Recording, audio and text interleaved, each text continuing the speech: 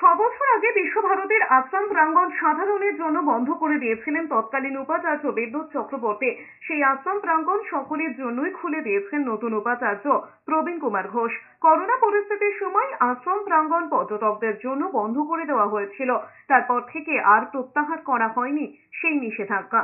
বিদ্যুৎ আমল শেষ হওয়ার পর 15 মাস ধরে দুই অস্থায়ী উপাচার্য বিশ্বভারতীর দায়িত্ব সামলেছেন। তারাও সেই নিষেধাজ্ঞা প্রত্যাহার করেননি।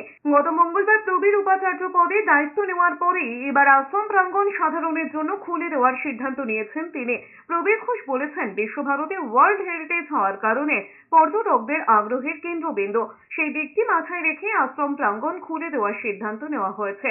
পর্যটকদের সুবিধার্থে যা যা করা দরকার সে বিষয়ে আলোচনা হয়েছে এবং যথাযথ পদক্ষেপ করা হবে। যেমন 1921-এ তৈরি হয়েছে এবং 23-তে যে হেরিটেজ হয়েছে, এটা গর্বের বিষয় এবং হেরিটেজটা আমাদেরকে মেনটেন করতে হবে।